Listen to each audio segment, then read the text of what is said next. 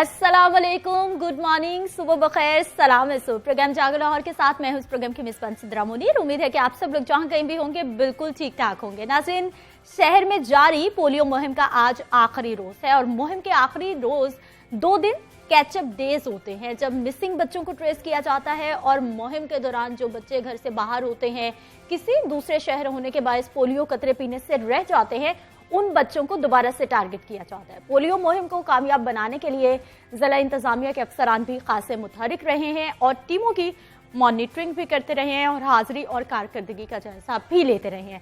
आज चूंकि पोलियो मुहिम का आखिरी रोज है और आखिरी कैचअप डे भी है, तो अगर आपके बच्चे या आपके आसपास ऐसे बच्चे हैं जिनको पोलियो के कतरे अभी तक नहीं पिलाए गए, तो फौरन से पहले उन 5 साल से कम उम्र बच्चों को पोलियो के कतरे पिलाएं और उन्हें उम्र भर की माजूरी से बचाइए। नाज़रीन, 5 रोजा पोलियो मुहिम के क्या नताइज रहे, किस हद तक मुहिम कामयाब रही है, क्या टारगेट अचीव हो पाए या नहीं हो पाए, इन तमाम हवालों पर आज के प्रोग्राम में हम मजीद भी बात करेंगे। आगे बढ़ते हैं जी, कुछ बात करते हैं। मिली यकजहती काउंसिल ने हुकूमत की जानिब से मदारिस और मसाजिद के हवाले से कानून साजी को यकसर मुस्तरद कर दिया है। रहनुमाओं अबुल खैर मोहम्मद जुबैर, लियाकत बलोच और दीगर कहते हैं कि फलस्तीन की कीमत पर इसराइल को किसी सूरत कबूल नहीं किया जा सकता। मजीद क्या कहा, राहिल सैयद रिपोर्ट में बता रहे हैं। मिनहाजुल कुरान में मिली यकजहती काउंसिल के इजलास में 35 दीनी और सियासी जमातों के नुमाइंदों ने शिरकत की। अबू अल खैर मोहम्मद जुबैर, लियाकत बलोच, खुरम नवाज गंडापुर, सैयद ज़ियाउल्लाह शाह बुखारी, अब्दुल रशीद तराबी और दीगर ने अपनी अपनी जमातों की नुमाइंदगी की। इजलास में शुरका ने हुकूमत की जानिब से मदारिस और मसाजिद के हवाले से कानून साजी को मुस्तरद कर दिया और मुतालिबा किया कि हुकूमत बढ़ती महंगाई को कंट्रोल करे। इजलास के बाद मीडिया से गुफ्तगू करते हुए अबू अल खैर मोहम्मद जुबैर, लियाकत बलोच, खुरम नवाज गंडापुर और दीगर ने कहा कि हुकूमत FATF के दबाव पर मसाजिद और मदारिस पर कंट्रोल के लिए काबिले एतराज कानून बना रही है। इसराइल से ताल्लुक कबूल नहीं किया जाएगा। FATF के एंटी लॉन्ड्रिंग बिल की आड़ के अंदर जो औकाफ कंट्रोल बिल मंजूर कर लिया गया है, उस पर इंतहाई तशवीश का इजहार किया गया। उससे तमाम मजहबी आज़ादी ख़त्म हो गई है और मसाजिद और मदारिस पर कंट्रोल करने की साजिश की जा रही है, उसकी हम मजम्मत करते हैं। हर दौर में हुक्मरान इस्लाम और रियासत मदीना के नाम को इस्तेमाल करते हैं, लेकिन आलमी फोरम्स पर इस्लामोफोबिया की भी बात करते हैं और इसी तरह कानून साजी की बात करते हैं, लेकिन ना मुल्क के अंदर इस्लाम को नाफिज किया जाता है और ना ही आलमी सतह पर कानून साजी के लिए कोई इक़दाम किए जाते हैं। मिली यकजहती काउंसिल के रहनुमाओं ने मुल्क भर में हुर्मत रसूल सल्लल्लाहु अलैहि वसल्लम और इत्तेहाद उम्मत कॉन्फ्रेंस मुनक्किद करने का ऐलान भी किया। मिली यकजहती काउंसिल के रहनुमाओं ने मुल्क भर में हुर्मत रसूल सल्लल्लाहु अलैहि वसल्लम और इत्तेहाद उम्मत कॉन्फ्रेंसेस मुनक्किद करने का ऐलान भी किया। कैमरामैन इकराम शाह के साथ राहिल सैयद, लाहौर न्यूज। अभी हम आगे बढ़ते हैं, आपको बताएंगे जी, जजेस, बुकला, साइलिन समेत हर किसी को मूजी वायरस से महफूज रखने के लिए chief justice Lahore high court का एक बड़ा फैसला सामने आया है। मुल्जिमान को अदालतों में इकट्ठे पेश ना करने और जरूरत पड़ने पर मुकदमात की समाअत जेल जाकर करने का हुक्म दे दिया गया है। रिपोर्ट में दिखाते हैं डिटेल्स आपको। Chief justice Lahore high court justice Qasim Khan ने सूबे भर में मुल्जिमान को हथकड़ियां लगाकर इकट्ठे पेश करने से रोक दिया। अदालतों में मुल्जिमान को अलग अलग पेश करने की हिदायत कर दी। जेल में मौजूद मुल्जिमान को अदालतों में पेश करने की बजाय जुडिशियल मजिस्ट्रेट खुद जेल जाकर या फिर वीडियो लिंक के जरिए मुकदमात की समाअत करेंगे। स्मार्ट लॉकडाउन वाले इलाकों में रहने वाले जजेस और स्टाफ को हाजिरी से इस्तिस्ना दे दिया गया। चीफ जस्टिस हाई कोर्ट ने SOPs पर सख्ती से अमल दरामद का हुक्म दिया है। SOPs के हवाले से पंजाब के सेशन जजेस से खुसूसी खिताब के लिए जस्टिस कासिम खान, जस्टिस मलिक शहजाद अहमद खान के हमरा पंजाब जुडिशियल एकेडमी पहुंचे तो उनका इस्तकबाल किया गया। जस्टिस कासिम खान ने कहा कि कोरोना की हालिया लहर खतरनाक साबित हो रही है और साथ ही हमारी जिम्मेदारियों में इजाफा हो रहा है। चीफ जस्टिस ने सेशन जजेस को हिदायत की कि मास्क समेत तमाम एहतियाती तदाबीर पर अमल करें। ऐसे महसूस हो रहा है जैसे ये वायरस म्यूटेटेड फॉर्म में अब ज्यादा खतरनाक और तकलीफ दे बनता जा रहा है। हमने और आपने प्रिवेंटिव मेजर्स अडॉप्ट करने हैं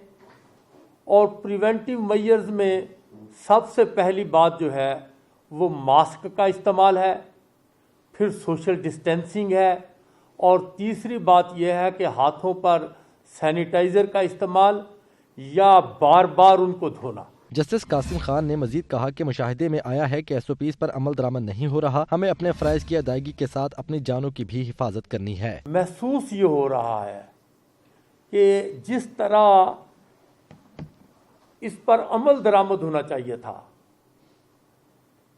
उसमें कहीं ना कहीं कमी हो रही है। ये वो वक्त है जिसमें हमने इस वायरस से बचना भी है और हमने काम भी करना है। हमने अपनी जिम्मेदारियां भी पूरी करनी है और अपनी जान को भी महफूज रखने की कोशिश करनी है। चीफ जस्टिस कासिम खान ने कहा कि वकला हमारे शाना बशाना है, उनकी हिफाजत हमारी अव्वलीन तरजीह है। कैमरामैन मोहम्मद अयूब के साथ मोहम्मद अशफाक, लाहौर न्यूज़।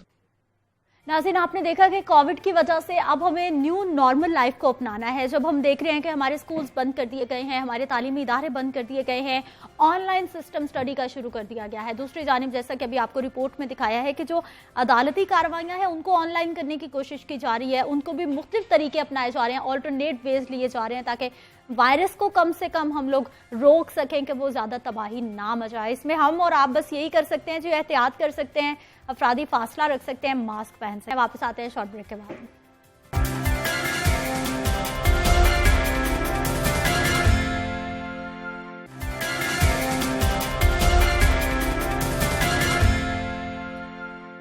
प्रोग्राम में एक बार फिर से आपको खुश आमदीद कहते हैं। नाज़रीन, बात करेंगे कुछ कोरोना वायरस की ताज़ा तरीन सूरत हाल के हवाले से, क्योंकि हर गुजरते दिन के साथ कोरोना के केसेस बढ़ते जा रहे हैं, क्रिटिकल पेशेंट्स की तादाद बढ़ती जा रही है और ख़ास तौर पर शरह अमवात बहुत बढ़ती जा रही है, जो कि जो हमारे हेल्थ प्रोफेशनल्स हैं वो बार बार बता रहे हैं कि पहली वेव की निस्बत सेकेंड वेव में जो शरह अमवात है वो बहुत तेज़ी से बढ़ रही है। कोरोना के ये जो केसेस बढ़ते जा रहे हैं, यकीनी तौर पर वजह हम लोग भी हैं, आप लोग भी हैं, जो कि एहतियाती तदाबीर पर किसी न किसी तौर पर अमल दरामद करना तो चाहिए, लेकिन होता दिखाई नहीं दे रहा। बहुत सारे लोग हैं जो कि मुकम्मल तौर पर SOPs अपना भी रहे हैं, अफरादी फासला कहीं ना कहीं रखने की कोशिश कर रहे हैं, मास्क का इस्तेमाल कर रहे हैं, लेकिन तकरीबन 80 से 85% ऐसे लोग हैं जो कि SOPs बिल्कुल नहीं अपना रहे, मास्क नहीं पहनते। वो चाहे बाजार में जा रहे हैं, किसी शादी में जा रहे हैं, किसी इज्तिमा में जा रहे हैं, किसी भी तकरीब में जा रहे हैं, तो वो नहीं अपना रहे कोरोना वायरस को कि ठीक है जब होगा तो देखी जाएगी। और एक बहुत बड़ी तादाद है ऐसे लोगों की जो कि अभी तक डिनाइल में है, अभी तक वो मान ही नहीं रहे कि कोरोना जैसी कोई बला है या फिर कोई वबा है जो हमें भी लग सकती है, हमारे लिए भी मुश्किल हो सकती है, हमारी वजह से हमारे घर वालों के लिए परेशान कुन सूरत हाल हो सकती है। लेकिन बहुत सारे लोग हैं जो कि नहीं अपना रहे। और दूसरी जानिब गवर्नमेंट की जानिब से SOPs बनाए जा रहे हैं। अब हम होटल्स की बात करते हैं, कैफ़ेज़ की बात करते हैं, तो वहाँ पर इंडोर खाना खाने पर पाबंदी आयद कर दी गई है कि जितने भी होटल्स हैं उनके हॉल्स हैं, रूम्स हैं, फैमिली हॉल्स हैं, वहाँ पर आप बैठकर खाना नहीं खा सकता। हाँ, ऐसा है कि अगर ओपन एयर चेयर्स लगाई जाएं तो आपको इजाज़त होगी। बिलाल चौधरी से राब्ता जोड़ा है हमने, उनसे बात करते हैं। बिलाल, आप किसी हॉस्पिटल के बाहर मौजूद हैं, हमें बताइएगा कि कितने बेड्स हैं कोरोना पेशेंट्स के लिए, कितने फिल हो चुके हैं, कितने खाली हैं?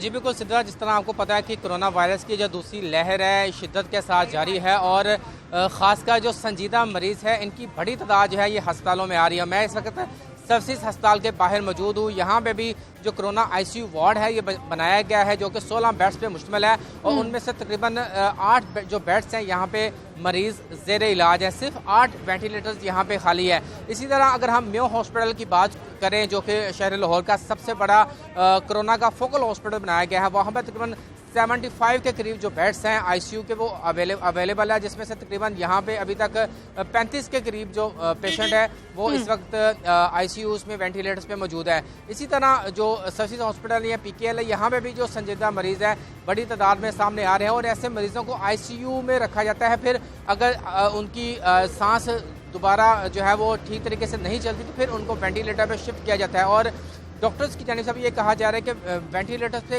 कम मरीज़ों को जो है ये ट्रांसफ़र किया जाता है और अक्सर ये भी देखा जा रहा है कि जो वेंटिलेटर्स पे जो पेशेंट जा रहा है उसकी रिकवरी के जो चांसेस है वो बहुत कम है। तो इसी तरह इससे पहले मरीज़ों को C पाइप और उससे पहले जो ऑक्सीजन है उसी पे रखा जाता है ताकि मेडिसिन के ज़रिए जो ऐसे मरीज़ जो कि संजीदा हालत में अस्पतालों में आ रहे हैं और उनको कोरोना की इन्फेक्शन है, चेस्ट इन्फेक्शन है, नमूनिया के साथ इंडिकेशन है, तो ऐसे बिलाल हमें ये बताइए कि हमारे जो भी पेशेंट्स हैं जो कि अपना टेस्ट करवाना चाहते हैं या फिर उनको लग रहा है कि उनको कोरोना वायरस उनके अंदर मुंतकिल हो चुका है, सबसे पहले उनको कौन से अस्पताल में रिपोर्ट करना है? कौन कौन से अस्पताल हैं जो कि इस वक्त कोरोना के लिए मुख्तस हैं खास तौर पर?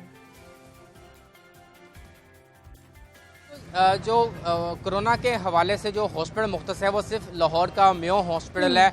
वहाँ पे आप जब कोरोना वार्ड में जाएंगे तो वहीं पे सिर्फ आपका जो टेस्ट है ये होगा। इसी तरह जिना हॉस्पिटल में और LGH में, जिसे लाहौर जनरल ठीक हॉस्पिटल है, कहते हैं, बहुत शुक्रिया बिलाल चौधरी, आप टेस्ट हमारे साथ मौजूद रहे। मेयो अस्पताल में सबसे पहले रिपोर्ट करना है, उसके बाद हेल्थ प्रोफेशनल्स डिसाइड करेंगे कि आपको मजीद किसी अगर और अस्पताल में आप उनको भेजना है। तो अभी हम आगे बढ़ते हैं जी और कुछ बात करेंगे मौजूदा दौर के हवाले से, क्योंकि जिस दौर में हम लोग जिंदगी बसर कर रहे हैं इस दौर में सोशल मीडिया को बड़ी अहमियत हासिल हो गई है। इंसान अपना ज्यादातर वक्त सोशल मीडिया पर सर्फ करने को तरजीह दे रहा है, जिसकी वजह से कई एक नतायज उभर कर सामने आ रहे हैं। सोशल मीडिया के जहां बहुत सारे फायदे हैं वहां बहुत सारे नुकसान भी हैं। कुछ लोग सोशल मीडिया का मनफी इस्तेमाल ज्यादा कर रहे हैं, जिसकी वजह से न सिर्फ उनकी जिंदगियों बल्कि दूसरे लोगों की जिंदगियों पर भी बहुत मनफी असरात पड़ते जा रहे हैं। लाहौर शहर की हम बात करते हैं तो लाहौर में हवाई फायरिंग की वीडियो सोशल मीडिया पर अपलोड करने के रुझान में मुसलसल इजाफा होता जा रहा है और महकमा पुलिस की एक हालिया रिपोर्ट के मुताबिक सोशल मीडिया पर असलहे की नुमाइश के केसेस में 30% तक इजाफा देखने को मिल रहा है। अक्टूबर की निस्बत नवंबर में सोशल मीडिया पर असलहे की नुमाइश वीडियोस अपलोड करने के ज्यादा वाकयात सामने आए हैं और एदाद शुमार के मुताबिक अक्टूबर के दौरान हवाई फायरिंग की वीडियोस अपलोड करने के 7 वाकयात रिपोर्ट हुए थे, जबकि माह नवंबर के दौरान ऐसे 10 वाकयात सामने आए हैं। माहिरीन के नजदीक ये सूरत हाल मुआशरे में परवान चढ़ने वाली सोच को भी जाहिर करती है, उसकी अक्कासी करती है। नौजवानों में हवाई फायरिंग करने के बाद उसकी तशहीर करने का मामला काफी तशवीशनाक होता जा रहा है, जो मुआशरे में पनपने वाली एक मनफी सोच की भी अक्कासी कर रही है। ऐसा अगरचे लुत्फ उठाने के लिए किया जाता है, लेकिन इसके पसे पर्दा अपनी ताकत का इजहार करना भी मकसूद होता है।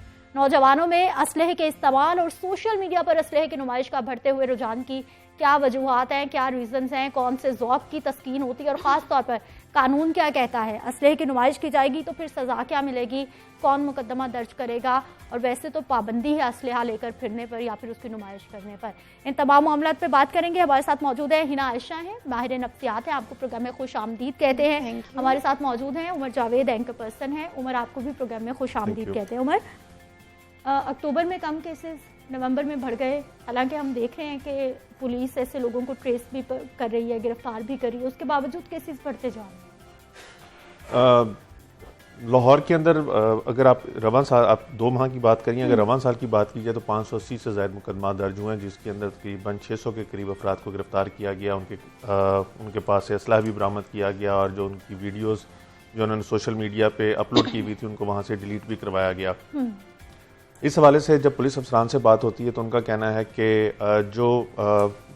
जब लॉकडाउन के अंदर नरमी हुई थी और कोरोना SOPs जो थी वो थोड़ी सी उसको नरम किया गया था, तो लोग जो थे वो अपने कामकाज में मसरूफ़ हो गए थे कामकाज में मसरूफ़ हो गए थे, तो उसकी वजह से ये जो चीज़ें थी ये थोड़ी सी कम हो गई थी। लेकिन दोबारा से जैसे ही छुट्टियाँ होनी शुरू हुई, कुछ जगहें बंद हो गई, फैक्ट्रियाँ जो हैं वो बंद हुई, तो उसके बाद दोबारा से ये रुझान देखने में आ रहा है। लेकिन मेरा अपना ज़ाती ख्याल है कि ये इसकी वजह नहीं है, लॉकडाउन वजह नहीं है। इसकी बुनियादी वजह यह है कि वालिदैन अपने बच्चों के ऊपर नज़र कम रखते हैं, क्योंकि ये सबसे पहले फ़र्ज़ वालिदैन का है कि वो देखें कि बच्चों के पास असलहा आ कहाँ से रहा है। अगर आप सिदरा एज ब्रैकेट देखें, जिस एज के लोग वीडियोज़ अपलोड कर रहे हैं, तो वो 16-17 साल से लेके 25 साल तक के बहुत ही नौजवान लड़के हैं। 25 साल, हार्डली कोई एक आधा ऐसा केस हुआ होगा जिसके अंदर 30 साल उम्र पाई गई होगी, वरना सारे छोटे हैं।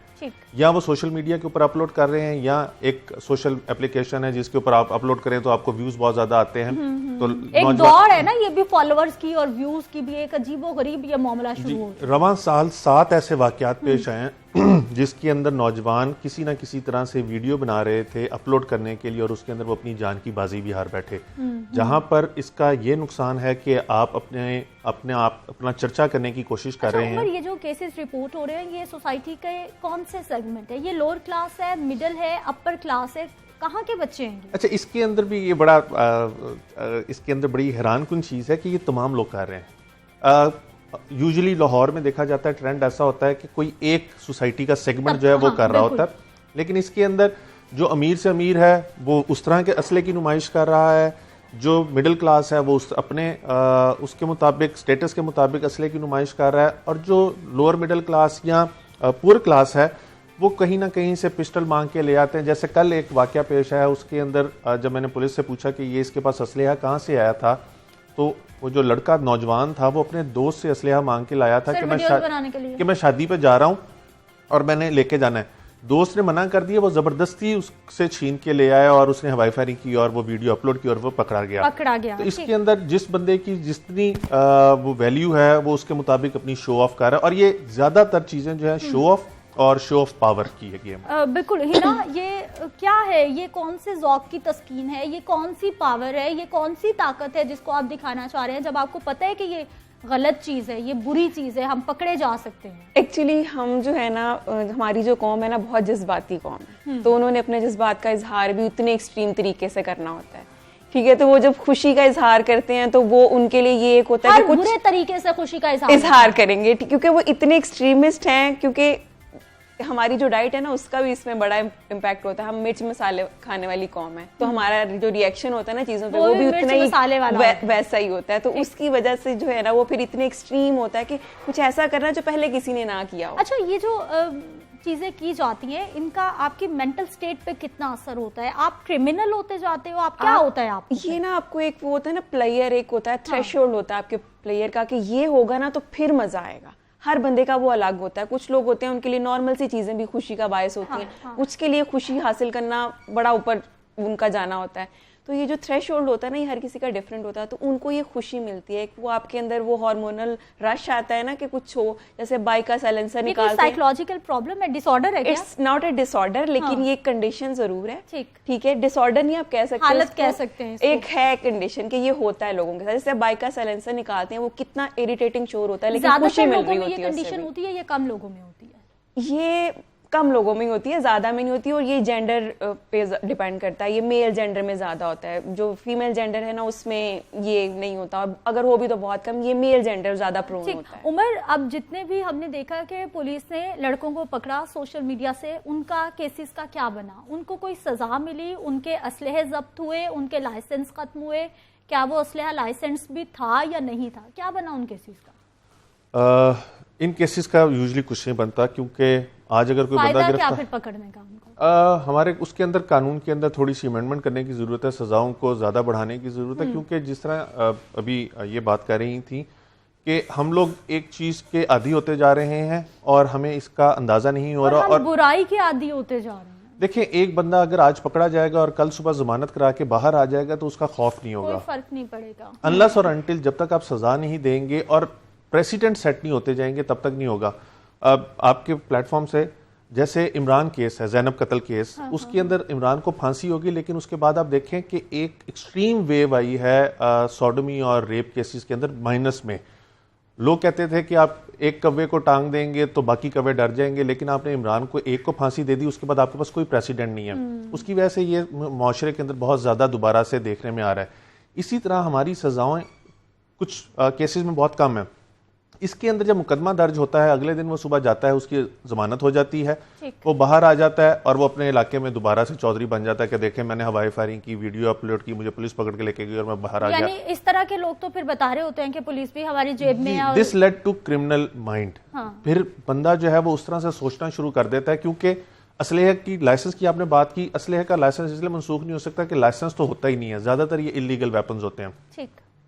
उसके बाद अगर वेपन का लाइसेंस हो भी तो वो वेपन किसी का इस्तेमाल कर रहे होते हैं, अपना वेपन नहीं होता, तो खुद तो फंसते ही फंसते हैं, जिसका असलहा लेके आए होते हैं वो भी फंसता है। और ज्यादा परेशानी उस बंदे को होती है जिसका असलहा होता है, क्योंकि असलहा जब्त हो जाता है, वो मालखाने में चला जाता है, फिर आपको उसकी सुपुर्दारी करानी पड़ती है, गारंटी श्योरिटी बॉन्ड देना पड़ता है, सारा कुछ करना पड़ता है। तो मेरा अपना ख्याल है कि जब तक इसके अंदर सजाएं ज्यादा नहीं करेंगे आप, तब तक ये केसेस होते जाएंगे। जिस तरह वन व्हीलिंग का है, वन व्हीलिंग करते हुए आप पकड़े जाते हैं, लेकिन अगले दिन आपकी जमानत हो जाती है। और बहुत से ऐसे जराइम हैं जो हमारे मुआशरे में नौजवान ये चीज फैंटेसीज समझ के कर रहे होते हैं। उनकी फैंटेसी होती है कि मोटरसाइकिल पे हम वन व्हीलिंग करेंगे तो जो इर्द गिर्द के लोग होंगे वो हमें बड़ा हीरो समझ रहे होंगे। हवाई फायरिंग का भी इसी तरह है कि हवाई फायरिंग करेंगे, वीडियो अपलोड करेंगे तो लोग बड़े हमसे मुतासिर होंगे, हालांकि वो अपना कहीं ना कहीं पे माइंड सेट और अपनी अपब्रिंगिंग जो है उसको दिखा रहे होते हैं। क्योंकि मैं साइकोलॉजिस्ट से बहुत ज़्यादा इंटरेक्शन कर रहा हूँ, तो उसके अंदर तमाम साइकोलॉजिस्ट इस चीज़ के ऊपर जोर दे रहे हैं कि वालिदैन अपने बच्चों को देखें वो कर क्या रहे हैं। एग्जैक्टली वालिदैन की तो है ना बड़ी जिम्मेदारी बनती है कि उनको मालूम होता है कहीं ना कहीं कि हमारा बच्चा किस तरह की एक्टिविटीज में है। बच्चे की चाल ढाल से पता चल जाता है कि आजकल किन के साथ बैठ रहा है, क्या कर रहा है। और ये वाकई उनकी रिस्पॉन्सिबिलिटी होती है। लेकिन कभी ऐसे भी होता है कि मैंने ऐसे केसेस भी देखे हैं कि माँ बाप को बिल्कुल नहीं पता था कि बच्चे बाहर, अब लड़के हैं वो बाहर चले जाते हैं, बड़े अच्छे बने हुए और हाँ जी, और बाहर जाके आप कुछ भी करके, अब जैसे सिगरेट शुरू होती है बाहर से होती है, घर वालों को तो सालों पता नहीं होता कि हो रही है, ठीक है, वो बाहर ही पीते हैं, आ जाते हैं। इसी तरह ये भी चीज ऐसे मैंने देखी है कि वो बाहर सब हो रहा होता है, पता तब चलता है जब पकड़े जाते हैं। ठीक, ऐसा मैं ये नहीं कहती हर केसेस में यही होता है, लेकिन मोस्टली केसेस में ये होता है, लेकिन पेरेंट्स को आइडिया नहीं होता। फिर उन्हें जब वो एक दफा पकड़े जाते हैं ना, फिर पता चलता है कि अभी सिचुएशन कितनी खराब हो चुकी है। अच्छा हिना, ये हमारे मुआशरे को तबाह कर रहा है, ये पूरे मुआशरे पे किस तरह से असरअंदाज हो रहा है? क्योंकि जो बच्चे इन चीजों को, बहुत सारे बच्चे हैं जिनके हाथ में ये चीजें नहीं है, लेकिन वो चाह रहे हैं कि हमारे पास भी ये हो, हम भी ऐसा करें। बिल्कुल, वो आइडलाइज करते हैं। और जब सोशल मीडिया पे एक चीज को इतनी हाइप मिली होती है तो वो कूल बनने के चक्कर में फिर सब कहते हैं कि हमने ये करना है, ठीक है। तो उसके लिए, और ये इसमें बहुत यंग जो है वो जनरेशन इन्वॉल्व होती है। इसका एक सोल्यूशन ये भी हो सकता है कि जो अब यंगस्टर्स होते हैं इन्होंने जॉब्स के लिए अप्लाई करना होता है, तो जॉब में हमारे यहाँ अगर आप कहीं फॉरेन जॉब में इवन एडमिशन के लिए भी अप्लाई करें, वो पूरा आपसे पूछते हैं आपका कोई क्रिमिनल रिकॉर्ड, कभी आप पे FIR, कभी आप पुलिस स्टेशन कोई कन्विक्शन हुई है।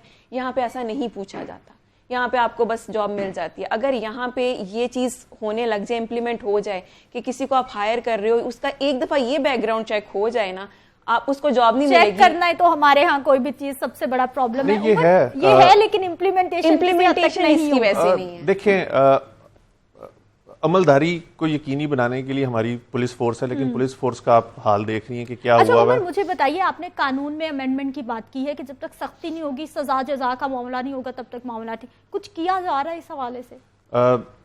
मैं यहाँ पे एक मिसाल दे देता हूँ। अगर कोई बंदा रेप या सोडोमी में उसको सजा हो जाती है, तो उसके जो ID कार्ड है, जब भी वो कभी भी कोई करेक्टर सर्टिफिकेट निकलवाएगा तो उसके ऊपर लिखा हुआ आएगा कि ये शख्स जो है ये सजा याफ्ता है बच्चे या बच्ची के साथ ज्यादती केस में, तो उसकी जिंदगी वैसे ही हराम हो जाती है। इसी तरह अगर आपके खिलाफ मुकदमा दर्ज हो जाए तो वो ताहयात आपके साथ चलता है, अनलेस और अनटिल वो उसके अखराज ना हो। क्योंकि अब डाटा बैंक हमारा बन चुका हुआ है, नादरा का और पुलिस का, इनकी आपस में लाइजनिंग है और वो चीजें हो जाती हैं। लेकिन इशू क्या है कि सजा, justice delayed is justice denied. जब आपको अदालत से सजा नहीं मिल रही, केसेस नहीं है, पुलिस चालान सही जमा नहीं करा रही, मुलजिम बरी हो रहे हैं, तो फिर वो रेशो जो है सजा की वो कम हो जाती है। जब सजा नहीं मिलती तो लोगों को इसकी हवा चढ़ती है, आसानी मिलती है, लोगों को लगता है ये एक्सेप्टेड है। बहुत शुक्रिया उमर जावेद, हिना आयशा प्रोग्राम में शामिल होने के लिए। लेकिन जिम्मेदारी वालिदैन की बनती है कि अपने बच्चों पर नजर रखें कि उनकी हरकतों सकनात कहाँ हैं, कहाँ पर आ रहे हैं, कहाँ पर जा रहे हैं, किस तरह की कंपनी में वो उठ बैठ रहे हैं। मोस्ट इंपॉर्टेंट चीज है। नाज़रीन, वापस आते हैं शॉर्ट ब्रेक के बाद।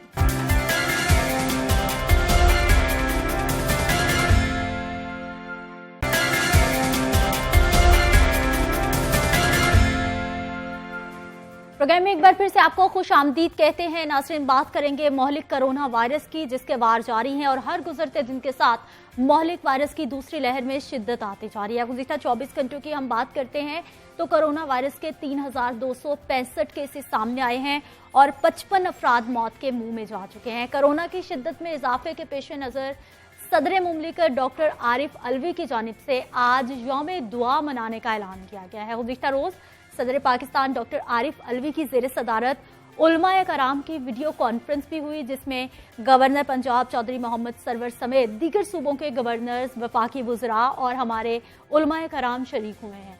उलमाए कराम ने हुकूमत को कोरोना SOPs पर अमल करवाने की यकीन दहानी कराई है, मदारिस में, मसाजिद में और हर मामले में अपने अपने इलाके में, क्योंकि इन उलमाए कराम की बड़ी लोग सुनते हैं, इनको बहुत माना जाता है। सदर मुमलिकत की जानिब से कहा गया है कि वफाकी हुकूमत कोरोना के फैलाव को रोकने के लिए तमाम वसाइल बरूए कार ला रही है, जबकि गवर्नर पंजाब चौधरी मोहम्मद सरवर की जानिब से कहा गया है कि कोरोना को संजीदा ना लेना शदीद नुकसान का बायस बन सकता है। कोरोना के मामले पर किसी को सियासत नहीं करनी चाहिए और उलमाए कराम की जानिब से भी अपील की गई है कि ऑपोजिशन जमातें 13 दिसंबर को जलसा ना करें, इज्तिमात ना करें, रैलियां ना निकालें, बल्कि इस मुश्किल सूरत हाल में कौम का साथ दें। किसी किस्म की कोताही मुल्क कौम के लिए तबाहकुन साबित हो सकती है। अपोजिशन जमातें जलसों की पॉलिसी पर नजरसानी करें, उलमा कराम की जानिब से ये अपील की गई है। आज चूंकि जुम्मतुल मुबारक का बहुत ही बाबरकत दिन है और तमाम दिनों का सरदार कहा जाता है जुम्मतुल मुबारक को, और आज के दिन की हम अहमियत पर, फजीलत पर और ख़ास तौर पर आज के दिन जो दुआएं मांगी जाती हैं उनकी क्या फजीलत है, इन तमाम मामलात पे बात करेंगे। हमारे साथ मौजूद है जी मुफ्ती राग़िब नईमी साहब हैं। इस प्रोग्राम में आपको खुश आमदीद कहते हैं, बहुत शुक्रिया आपके वक्त का। मुफ्ती साहब फरमाइएगा कि आज जुम्मतुल मुबारक है, हम लोग एक वबाई सूरत हाल में हैं, मुश्किल में चल रहे हैं। आज के दिन जो दुआएं मांगी जाएंगी उनकी क्या फजीलत है, क्या बरकत है, और ख़ास तौर पर आज के दिन जितने भी हमारे देखने वाले हैं क्या वज़ाइफ कर सकते हैं, किन औकात में दुआएं मांग सकते हैं, ये हमें ज़रा बता दीजिए सर। बिस्मिल्लाहिर्रहमानिर्रहीम। बिलाशुबा आज जुमातुल मुबारक का दिन है और सैयदुल अय्याम इस दिन को कहा गया, दिनों का सरदार जी।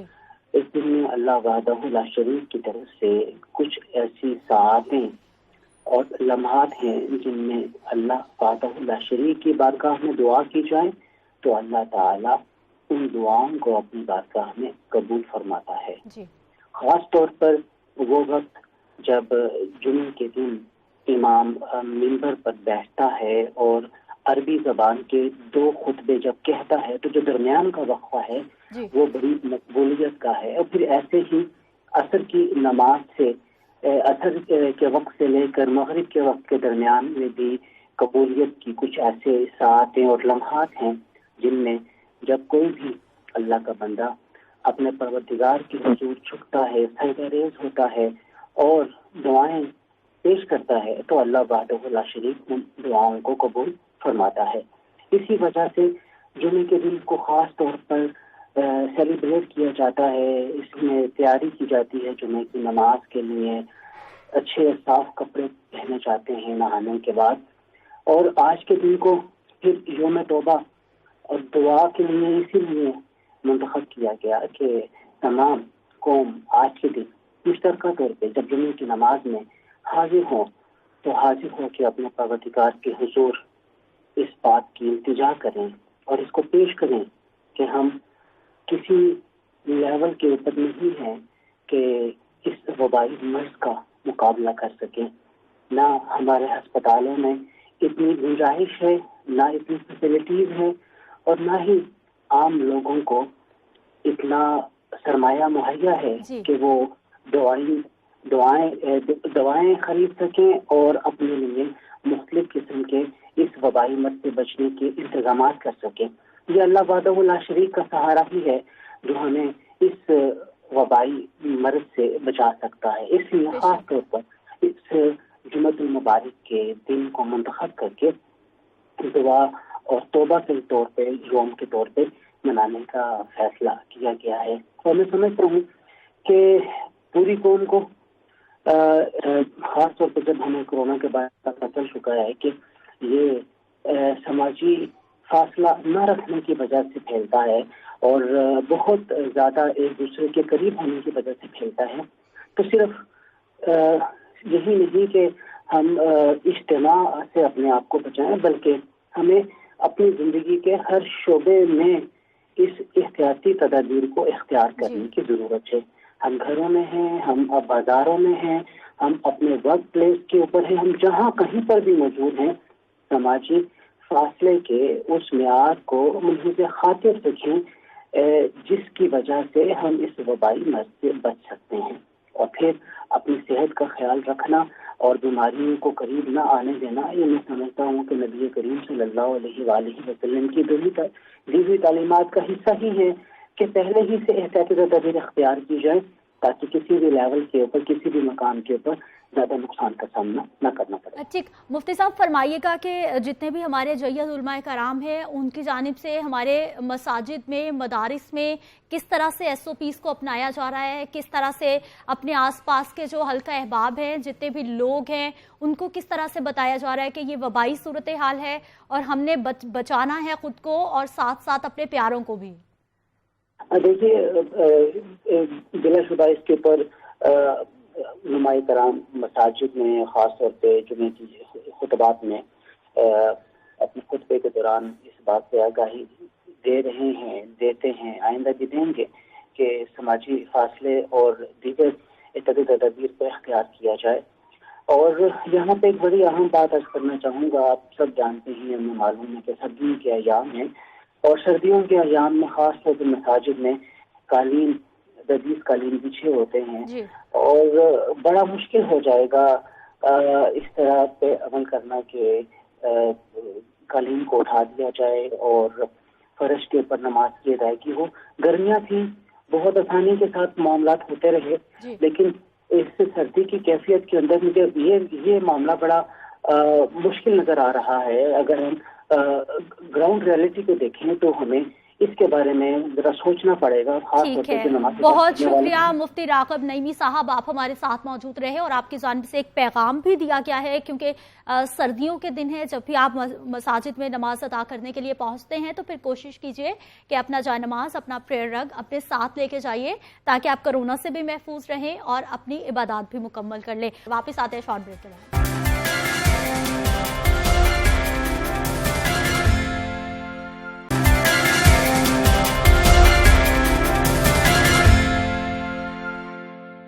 प्रोग्राम में एक बार फिर से आपको खुशामदीद कहते हैं। नाज़रीन, अब बात करते हैं महलिक पोलियो वायरस की, जिसे पूरी दुनिया तो शिकस्त दे चुकी है, लेकिन ये पाकिस्तान और हमसाया मुल्क अफगानिस्तान की जान छोड़ने का नाम नहीं ले रहा। लेकिन पाकिस्तान इस महलिक वायरस के खिलाफ जंग जारी रखे हुए है और जब तक पोलियो का मुकम्मल खात्मा नहीं हो जाता ये जंग जारी रहेगी। मुल्क भर में वक्तन फवक्तन इंसदादे पोलियो मुहिम का इनाकात किया जाता है। रवामा जारी 5 रोज़ा कौमी इंसदादे पोलियो मुहिम का आज आखिरी रोज है। 30 नवंबर से शुरू होने वाली कौमी इंसदादे पोलियो मुहिम में 2,85,000 से ज्यादा पोलियो वर्कर्स ने हिस्सा लिया है और घर घर जाकर 5 साल से कम उम्र बच्चों को पोलियो से बचाव के कतरे पिलाए हैं। पोलियो मुहिम के तहत पाकिस्तान भर में तकरीबन 4 करोड़ बच्चों को कतरे पिलाए जाने थे। मुहिम शुरू होने से पहले पोलियो वर्कर्स को कोरोना वबा से बचने के लिए मौसर तरबियत भी दी गई थी ताकि कोरोना वायरस से भी बचाव के लिए बनाए जाने वाले SOPs पर अमल यकीनी बनाया जा सके। और पाकिस्तान पोलियो वायरस के खिलाफ ये मुहिम गुज़िश्ता 3 दहाइयों से जारी रखे हुए है, लेकिन अभी भी कोरोना वायरस से मुकम्मल छुटकारा नहीं हासिल हुआ और पोलियो का मर्ज भी पाकिस्तान में एक बार फिर सर उठाने लगा है। पोलियो एक खतरनाक मूजी मर्ज है जो 1 से 5 साल तक के उम्र के बच्चों को मुतासिर करता है। गुज़िश्ता माह पोलियो के नए केस आने के बाद पाकिस्तान भर में पोलियो केसेस की तादाद 82 हो गई है, जबकि पंजाब में एक्टिव पोलियो केसेस की तादाद 14 तक पहुंच गई है। पाकिस्तान में गुज़िश्ता बरस पोलियो केसेस की तादाद 147 थी। 2018 में ये तादाद 12 थी, जबकि 2017 में ये तादाद सिर्फ 8 थी। इंसदादे पोलियो मुहिम कैसी रही, टारगेट क्या थे, किस हद तक टारगेट अचीव हुए, लोगों का क्या रवैया रहा, आने वाला कितना वक्त दरकार होगा कि पाकिस्तान ये जंग जीत जाए, अभी तक पाकिस्तान में पोलियो खत्म क्यों नहीं हो सका, इन तमाम मामलात पे बात करेंगे। हमारे साथ मौजूद हैं जी सुंदस इरशाद साहिबा हैं, इंचार्ज हैं आप इंसदादे पोलियो प्रोग्राम पंजाब की। आपको प्रोग्राम में खुश आमदीद कहते हैं। सुंदस साहिबा, सबसे पहले तो आज आखिरी रोज है रवां पोलियो मुहिम का, कैसी रही, पंजाब में क्या टारगेट थे, लाहौर में क्या थे और किस हद तक टारगेट अचीव हुए हैं? जी थैंक यू। हमारी ये कैंपेन जो 30 नवंबर से शुरू हुई है, इसमें पूरे पंजाब में हमने पोलियो कैंपेन बड़ी सक्सेसफुली कंडक्ट की है। एज यू हैव टोल्ड कि आज हमारा आखिरी दिन है कैंपेन का और हमारा कैचअप डे जारी है। इस कैंपेन में हमारे टारगेट 20 मिलियन बच्चों को कवर करने के थे, जिसमें अब तक हमने 96% अपना टारगेट अचीव किया है। 19 मिलियन से ज्यादा बच्चों को हम कतरे पिला चुके हैं। लाहौर में ये टारगेट 20 लाख बच्चों का था, जिसमें 17 लाख बच्चों को तकरीबन हम कतरे पिला चुके हैं। हमारा अभी कैचअप डे जारी है, जिसमें वी विल इंश्योर कि जो बच्चे नॉट अवेलेबल थे ड्यूरिंग द कैंपेन डेज, और हमारी टीमें घर घर दोबारा जाकर उन बच्चों को टच करें और वी विल इंश्योर कि जितने बच्चे भी मिस्ड अभी तक हैं उनको भी हम इस कैचअप डेज में कवर कर सकें। अच्छा सुंदर साहिबा, ये बताइएगा कि ये जो पोलियो मुहिम जारी है जिसका आज आखिरी रोज है, टीम्स की जानिब से क्या फीडबैक आया है, क्या बताया जा रहा है कि लोगों का रवैया कुछ बदल रहा है, लोगों की जानिब से किस तरह से रवैया दिखाया जा रहा है? इसमें टीम्स की तरफ को अभी तक तो इतना हमें इशू नहीं आया, सिर्फ ये कि कोविड की वजह से लोगों में ऑब्वियसली थोड़ी सी सस्पेशन होती है, थोड़ी सी they are worried about it. But हमारे पोलियो वर्कर्स को प्रॉपरली कोरोना के हवाले से भी ट्रेन करके भेजते हैं कि they should follow the SOPs, जिसकी मिसकंसेप्शन है लोगों में कि कोरोना फैली हुई है, उसकी वजह से they might not be affected, but when they see कि हमारे polio workers are fully equipped with the PPEs and पूरे कोरोना SOPs को फॉलो कर रहे हैं। सो इस किस्म के इशूज हमारे इस कैंपेन में अभी तक इतने सामने नहीं आए। रिफ्यूजल्स भी इस दफा हमारे कदरे कम रहे हैं पिछली कैंपेन्स के मुकाबले में, so campaign is going good in this regard. अच्छा सुंदर साहिबा, अपने आपके वर्कर्स भी बहुत ज़्यादा अहम हैं हमारे लिए भी और यकीनी तौर पर आपके लिए भी। उनको कोरोना से बचाने के लिए क्या क्या एहतियाती तदाबीर करवाई गई हैं? जी, कि कोरोना अगेन इज सर्जिंग, तो हमने इसमें ये इंश्योर किया है कि हम एक्सटेंसिव ट्रेनिंग्स करवाएं जिसमें अपने अपने पोलियो वर्कर्स को कोरोना SOPs के ऊपर प्रॉपर्ली ट्रेन किया है, and then we have ensured कि हर वर्कर को PPEs प्रोवाइड करें, जिसको हम प्रॉपर मॉनिटर भी करते हैं कि वो मास्क वगैरह वेयर करें, they should sanitize their hand before vaccinating the children. उसके अलावा हमने नो टच पॉलिसी पे बहुत ज़्यादा फोकस किया है ताकि एटलीस्ट पोलियो वर्कर्स की अपनी सेफ्टी भी इंश्योर हो और कम्युनिटी ठीक। सुंदर साहिबा, आप PP किट्स की बात करी हैं कि उनको फराहम की गई हैं, लेकिन ये आपके महकमे की जानिब से कुछ फुटेजेस आई हुई हैं जो ऑन एयर करने के लिए आपकी जानिब से भेजी जाती हैं। किसी एक पोलियो वर्कर ने भी PP किट नहीं पहनी हुई। हाँ, मास्क ज़रूर है उनके पास और ग्लव्स भी पहने हुए हैं, लेकिन PP किट्स किसी ने नहीं पहनी हुई। PPEs is actually the protective equipment जिसमें हमारी तरफ से मास्क और सैनिटाइजर्स ही इंक्लूडेड होते हैं। So I'm talking basically about the mask, not the whole kit. अच्छा, होल किट नहीं फराहम की जाती है तो obviously they cannot even move properly, तो हमारे लिए मास्क इज इम्पोर्टेंट ताकि आपकी ट्रांसमिशन ना ऑफ द वायरस। अच्छा सुंदर साहब, आप हमें ये बताइएगा कि अभी लाहौर के कौन कौन से इलाके हैं जो कि बहुत ज़्यादा चैलेंजिंग है, जहां पर मुसलसल पोलियो के केसेस सामने आते हैं या फिर पोलियो के जो नमूने लिए जाते हैं उसकी जो सैम्पलिंग की जाती है वो पॉजिटिव आती है? जी, आज़ी लो कि हमारे लाहौर में 5 साइट्स हैं जहां से हम लोग एनवायरमेंटल सैंपल्स भी कलेक्ट करते हैं, जिसमें आउटफॉल ड्रेन के हमारे 3 ऐसी साइट्स हैं जहां से हम सैंपल्स कलेक्ट करते हैं। ऑब्वियसली हमारे सैंपल्स पिछले 2 साल से पॉजिटिव आ रहे हैं, विच मीन्स कि हमारा जो है ये सारे एरियाज ही वल्नरेबल है। हमारी जो हाई रिस्क यूसीज हैं वो तकरीबन 70 के करीब हैं, तो जहाँ से जो हमारी ड्रेनेज यूसीज हैं जिसका हम सैंपल्स कलेक्ट करते हैं, तो which almost includes half of the Lahore, which shows environmental samples are positive. Again इसी तरह हमने अपने बाकी पंजाब भर में भी जहाँ से भी सैंपल्स कलेक्ट किए हैं, हमारे 8 डिस्ट्रिक्ट्स में सैंपल कलेक्ट किए जाते हैं जिसमें 17 साइट्स हमारी हैं। उनमें भी इंटरमिटेंटली हमारे सैंपल्स अब कोरोना के बाद पॉजिटिव आ रहे हैं, विच शोज कि स्प्रेड इज देयर, जिसके लिए अगेन हमने अपनी पोलियो कैंपेन्स कंडक्ट कर रहे हैं हर महीने, एंड वी होप कि after these campaigns things will get better. ठीक है, सुंदर साहिबा से हमने मजीद भी बात करनी है कि आखिर रीजंस क्या हैं कि 3 दहाइयों से पोलियो कैंपेन्स चल रही हैं लेकिन अभी तक पोलियो वायरस पाकिस्तान में खत्म नहीं हुआ, और ख़ास तौर पर सिर्फ 5 साल से कम उम्र के बच्चे मुतासिर होते हैं या फिर ज़िंदगी के किसी हिस्से में भी जाकर ये पोलियो वायरस एक्टिव हो सकता है बॉडी में और आपकी बॉडी पे हमला कर। सुंदर साहिबा, आप हमें बताइएगा कि अभी तक 3 दहाइयाँ हो गई, पोलियो के खिलाफ मुहिम भी जारी है, वायरस से लड़ने की कोशिश भी की जा रही है, वैक्सीन का सिलसिला भी जारी रहता है, लेकिन उसके बावजूद अभी तक पाकिस्तान में पोलियो खत्म नहीं हुआ। इसकी क्या रीजंस हैं? कहाँ पर खला रह गया है जिसे पूरा करने की अभी भी जरूरत है? जी, एज यू हैव मेंशन के 2019 के बाद हमने देखा है कि केसेस में अगेन एक सर्ज आया है पोलियो केसेस के।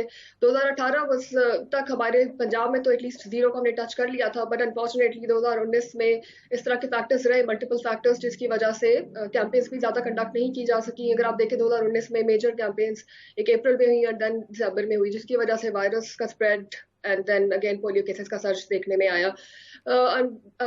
By the end of 2019 we thought कि we will again be back on track, और दिसंबर में हमने कैंपेन्स कंडक्ट की, फरवरी में हमने कैंपेन कंडक्ट की, but again when we were trying to be on the track, तो फिर ये कोविड पेंडेमिक की वजह से हमारी कैंपेन से इंटरप्ट हुई। एज यू नो कि मार्च के बाद हमारी कैंपेन हमें आधी रोकनी पड़ी because we were not properly aware and equipped कि हम कोरोना के साथ अपनी कैंपेन किस तरह कंडक्ट करें।